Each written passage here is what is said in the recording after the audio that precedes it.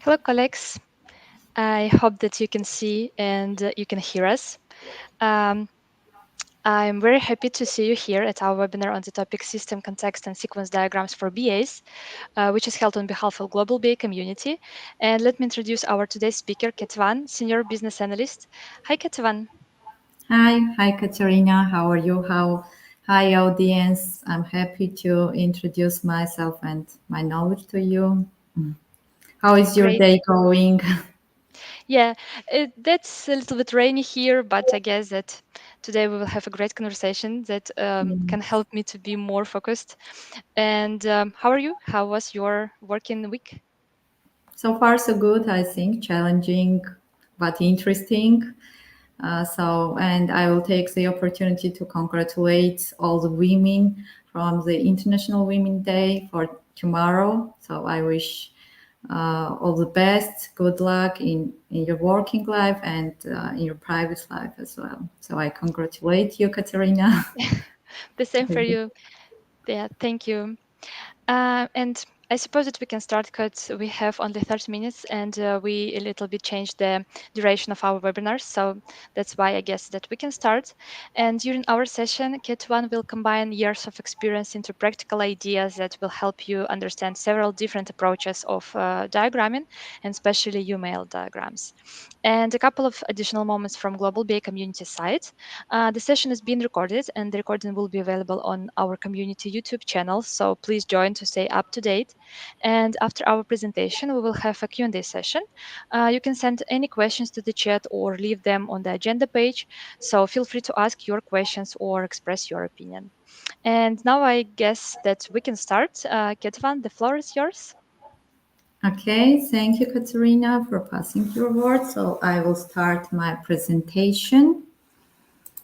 Uh, is it visible? Yes, you Yes, can thank start. you. So I'm Ketevan. As Katerina introduced me, thank you, Katerina. I'm a senior business analyst at EPAM Anywhere, professional Scrum product owner with 20 years experience in financial services, in particular in banking, and 20 years of them in IT projects. My passion is create very useful, customer-centric products, which makes our life easier. So let's set expectations for today's meeting. How will our meeting go? I think that not like this and not like this, unfortunately, but something like this. And it means that you are free to ask questions, express your opinions, and I will try my best to answer it during the meeting, or maybe you are able to chat me or reach me out in another channels. So feel free to ask your questions. So about agenda, what is agenda for today's meeting? Purpose of today's meeting is to get a general understanding about systems architecture, how to describe systems architecture, and cover three questions. This is what is UML and C4 model and why to use it, which types are most useful for BAs, and how to draw UML sequence diagram. So let's start with first question. What is UML? I assume that most of you know the answer on this question. UML is Unified Modeling Language, is a standardized modeling language that describes system structure or behavior. UML provides a clear representation of the system, and it's important for not only for developers but for business professionals to have a clear understanding what to develop and how to develop it. And why? I think that the most important question in the world is why, because sometimes we are starting making something without asking ourselves, first of all, why is it important? Is it really necessary? Because you know that sometimes some tools makes your work easier, but in some cases, on the contrary, it can turn into a burden. And sometimes they are waste of time. So before to draw this is first advice from my side based on my experience, of course. Think, why is it important? Is it really necessary? For example, it's recommended to use UML if you need visualize, design, and document your system structure or behavior. Sorry, I will. Sorry, small interruption. It looks like more better, I think. Yes, and UML provides a clear representation, as we mentioned. And what about when to use UML? As we mentioned previously, now when we need some visualization of our systems architecture, when we need the effective communication with our stakeholders, both parties, the business party, business professionals, and with technical team, and when you need to analyze and validate the requirements of a system before implementation. And you may not need to use UML if your project is small and simple and the overhead of creating UML diagrams outweighs the benefits. It's very important to keep in your mind value against the versus effort, because you know that our life is our working life is very busy. We sometimes are overloaded with a lot of tasks, with a lot of switching activities, and it's important to keep in mind how to prioritize your activities, when to use UML and when don't use it. If your team prefers other modeling languages or other modeling tools, or the project's requirements and design can be effectively communicated and understood without the use of UML diagrams. As we mentioned, if you can achieve your goal in more simplest way, let's achieve it with simplest way, and don't waste your time.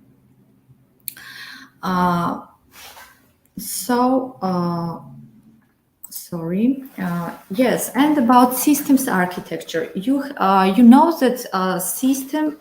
When we are talking about systems architecture, we mean two areas, two parties. This is static architecture and dynamical architecture.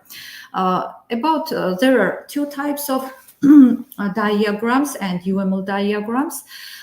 Structural diagrams and behavioral diagrams. For today, we will review from UML diagram types only UML sequence diagram, because it's more useful for BA. It's frequently used, and especially when you want to describe systems integrations and some flows, it's very useful. But what about the UML structural diagrams? I want to emphasize one thing. They are pretty complicated, and some of them require some developer's knowledge, for example, how to describe classes and how to describe methods and attributes and so on. They have very strict rules. And be honest, I'm not familiar with all of them. And for me and for Agile world was preferred C4 model for describing a system structure, and I will review it with you and why. The C4 model was inspired by the unified modeling language. It was created during a time about 2011, where teams influenced by the Agile movement and Agile transformation were less than enthusiastic about using UML. So, as I mentioned, the UML structural diagrams are not easy, not only for business analysts to draw it, but for example, it's might not understandable for business people. So, and C4 model is the best solution how to describe, from my perspective, of course, based on my experience, how to describe systems architecture. And that's why for many teams, this C4 model was sufficient. Okay, let's move to the next slide. And why is C4 model more convenient and more clear for all parties, technical parties, and for business professionals. The C4 model is something like Google Map to zoom in and out of an area you are interested in. It has four, it's called levels. The first level, sorry, this I will brought it here. The first level is the high level architecture of the system. Here is described our target system. And the relations with key objects. For example, in gray color, it are described external systems, and here you see that we have some person, user, and some relations with a user and key system. So we will review it later in next slides in details. And what is important here? So in first level, we are describing what is our system, our target system. And what I like in C4 model is that it has not only, it's called titles, but it has some descriptions about business scope of the system, and we will review it later, of course. Yes, if we want to diving deeply in the system and familiarize with it, we can zoom in the C4 level. This is containers level. Here are described the key elements of the system structure, and again the relations with external systems and with user. The third level is components level. This is more detailed level. For example, we are zooming in our target container and describing the components. And the latest level is the code level. Be honest, for business analysis, of course, based on my experience again, it's pretty enough to describe systems in C1 and C2 levels. So we will review these levels in more details. The step one is called the first level, as I mentioned, is the system's context level. What is it's very simple to understand. So it has here is described objects. This is our target system. Here is described title and the short business scope. For example, what is scope of the system? Scope is that it allows customers to view information about their bank accounts and make payments. And here is described user and what is purpose of this user, why she or he use this system. Here is described that this is a customer of the bank with personal bank account, and the type of object is person. So that's all about the C1 level. Pretty simple and for drawing and for understanding as well. And here are described the external system. For example, here is described that the system sends some emails to the email system and gets account information about accounts from the core banking system. And what we should know about C2 level is that here are described more detailed structure. For example, here we have web application, and again with short descriptions that delivers the static content, and the internet banking single page application. What is relation with user and the system? What is relation with this container and another one? For example, here we have single page application, we have mobile app, we have the API, it's called back APIs, it's called engine, or yes, the main brain of the system. We have database, and we have relations with each other and with external systems described here very shortly. Okay, and about notations, so they are very simple, intuitive. You can familiarize with your own. I will send this presentation, of course, so very easy to understand. For example, colors describe some shapes. For example, person is described only the dark blue, software system, container, and so on. It's for visualization, and you know that visualization is very important when you are describing the complex systems, because sometimes we run into a trap when we are trying to describe our complex processes only verbally. And it's very important to use the simple visualization when we are talking about complexity and when we are talking about complex systems.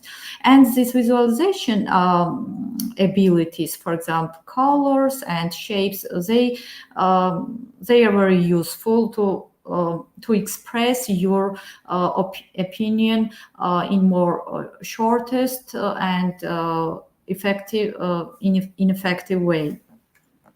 So this shape describes person. This shape is used for describing system. This is arrow. This is quite simple to understand. Here we have some message bus notation, storage notation, web browser. So it's very simple. And as I mentioned, I will send it with my presentation.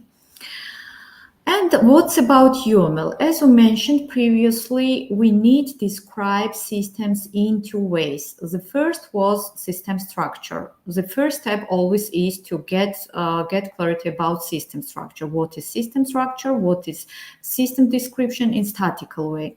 But the next step is to familiarize with systems behavior, how the systems components relate with each other. How is described integrations, or if it's not described, you should draw some sequence diagrams to describe the desired process.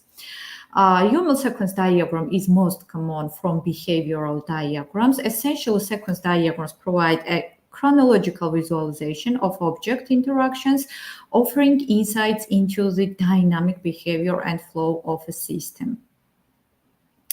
And again, why? Why to use UML sequence diagrams? The first thing is that it makes it easier to understand complex system dependencies. As mentioned, mostly our projects are complex, and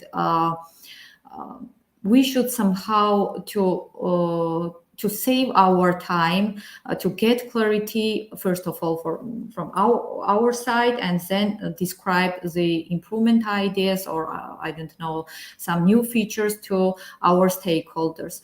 So UML is very useful in this direction. It has a clear and intuitive syntax, making it easy to communicate with both technical and business stakeholders. We already clarified about it. Why is it important?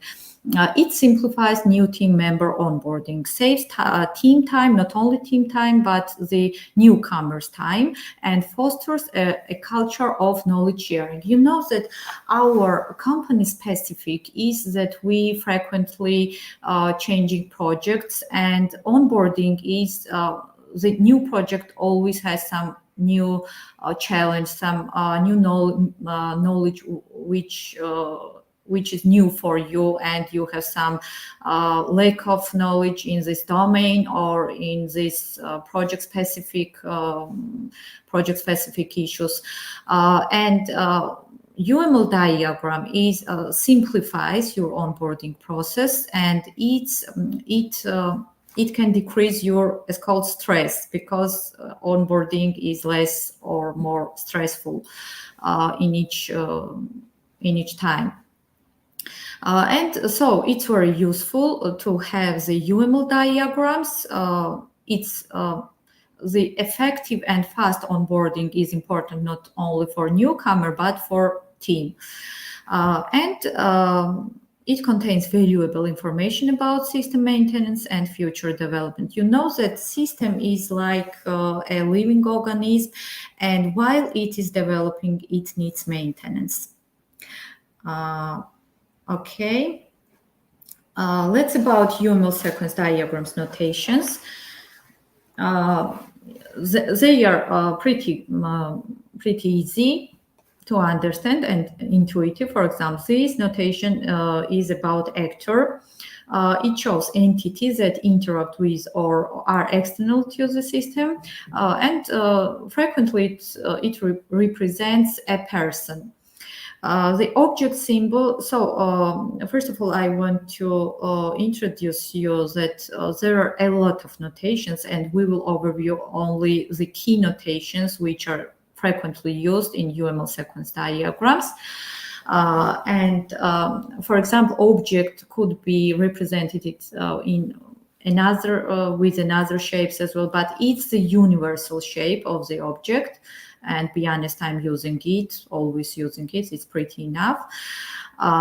It represents a class or object in UML. The object symbol demonstrates how an object will behave in the context of the system. Class attributes should not be listed in the shape. Activation box. About activation box, it represents the time needed for an object to complete a task, and we will familiarize with it based on the practical example that I brought for today for you. This is it's called lifeline symbol. It represents the passage of time, how many time is needed to finalize the process. Here we have frames, and they are pretty interesting part of the UML, I would say. Yes, they differ with content, of course, you noticed. For example, the first frame describes alternatives. Is used for alternative steps with as many alternative paths, but frequently there are two alternatives, for example, with true and false output. The loop frame, it's used for repeated steps, works as long as the proper condition exists. The break frame, it describes the condition upon which a loop or action will end. And option, this frame is used to describe this single condition. About arrows, arrows describe different types of relationships between the objects. For example, this arrow with closed head describes the synchronous message. This one asynchronous. This is return message. This one is used for describing termination or deletion process. Yes, and it's briefly about notations. So, and let's go with practical example. It's not, of course, the reality. It's only my assumption how this process works, and I brought this example because you all are familiar with this process. Here is described example how my assumption again, how our desk functionality works. And I tried, please don't challenge about architecture and about the particular stages. I tried only describe how to use notations in real life. Yes, we can have the best architecture in reality, but for example, it's pretty enough. So, and what is from what to start? The starting point in every diagram is to describe the start point, because yes. If diagram is, I would say the diagram is good if it's understandable without additional explanation. So this part is very important to describe the current state. For example, user is logged in the desk system. So it's user, you guessed, with their lifeline. Here, the first action is choose the date for booking some space in the office. And here we have three, it's called object, desk UI, desk API, and desk DB. Yes, the first option is to make some call with some action from user side in UI part. UI redirects the call to the API, API redirects to the DB, DB returns some results. And here we have two as called alternatives, is available or not available. So if it's available, here is the process, continued process with showing some message, some available tasks, and not available, the proper option, show not available, I don't know, notation or proper UI screen. And what is the next action? The next action is user's decision, go to the office or not to go. And here we have again the two alternatives. And what's interesting that in the first alternative, we have some, it's called sub-processes, sub-frames, and we can familiarize with it step by step. For example, the first step is book task. Then this call will be redirected from UI to the API. API will redirect this request to the DB. And yes, I know that it's not the best architectural decision to put it in loop process, but it's only for describe the loop processes. And here we have repeated actions. So it will be repeated before the condition exists, before the status will not be changed. And one more notation from this diagram. This is it's called self-calculation, self-action within the object. And what is output of this action is that after changing some status, we have here some self-calculation. It describes convert status to notification and show it to the user. This was this alternative. And in the next step, we have as called option, single option. This is as called optional step.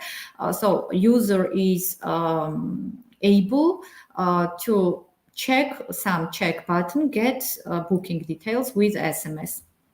Yes, if user will check this button, it means that the call will redirect it to the database. The API will collect some data from database, some self-calculation action, and return, not return, but send SMS to the user. So, sorry, and yes, and the last option is then user changed his or her mind and the action was cancelled. So this shortly about diagrams. I will share my contact details as well. You are free to reach me out with any channels. I will happy to share my knowledge if it will be helpful for you. And I will pass my word to the Katerina. Yeah, can you hear me now? Yes, I hear Great, you. great. Okay, thank you for your thoughts and experience. I guess we have one question to ask you. Have you ever had a situation where the team refused the use case diagrams and UML diagrams of this type, and why? Yes, I can remember that not all team members, and I would say not all people are it's called enthusiastic to draw or familiar with UML diagrams. But when you are the important part in BA's life, I think, is take the responsibility for, first of all. For example, you can take responsibility to present it first of all from your side and make sure other team members that it's really useful. And if you can justify them that it's really useful, then they will draw it and they will agree with you that it's really important and it really simplifies your anti-member's life for future development and other activities. Okay. Thank you for your answer. And currently, I do not see any other questions, so that's why I guess that will be a short Q&A session. And now I would like to thank our speaker for such a wonderful session and for sharing your experience and knowledge with our Thank audience. you, Katerina. Also, I would like to thank our audience for joining us today and asking questions. Um, yeah, and see you soon at our weekly webinars. Join our YouTube channel and stay up to date. Yes, of course. Thank you for this opportunity. Wish you all the best, success, and interesting working life, of course. Thank Thank you. you all. Bye. Bye.